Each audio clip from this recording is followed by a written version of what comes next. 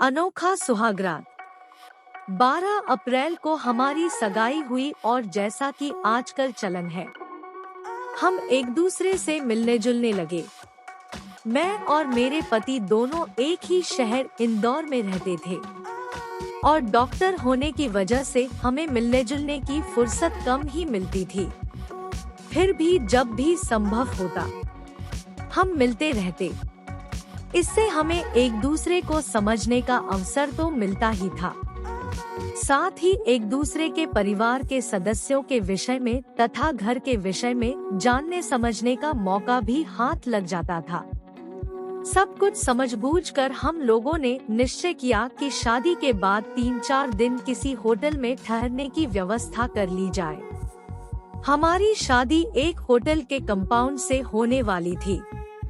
हमने उसी होटल का एक कमरा काफी पहले बुक करा लिया।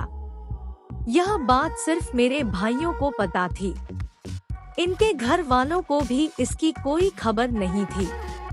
विवाह हुआ और विदा के समय कुछ ऐसा माहौल बना कि मुझे विदा होकर ससुराल जाना ही पड़ा।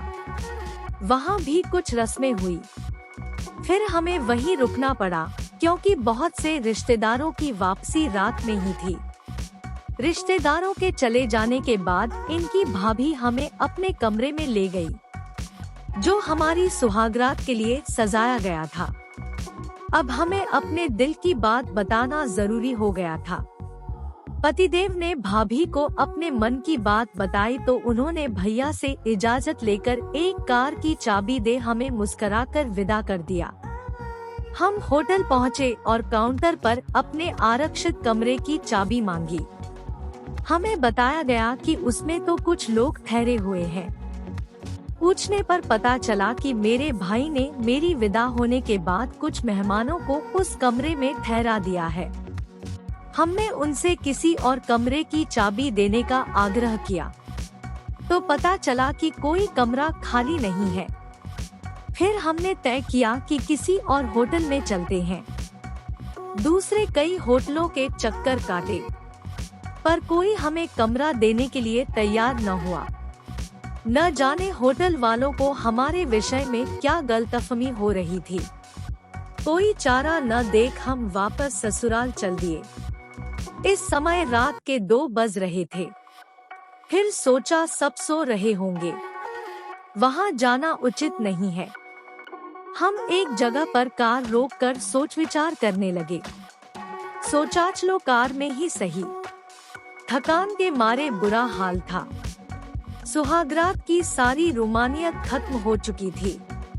अभी हम सोच विचार में पड़े ही थे कि कहाँ जाएं।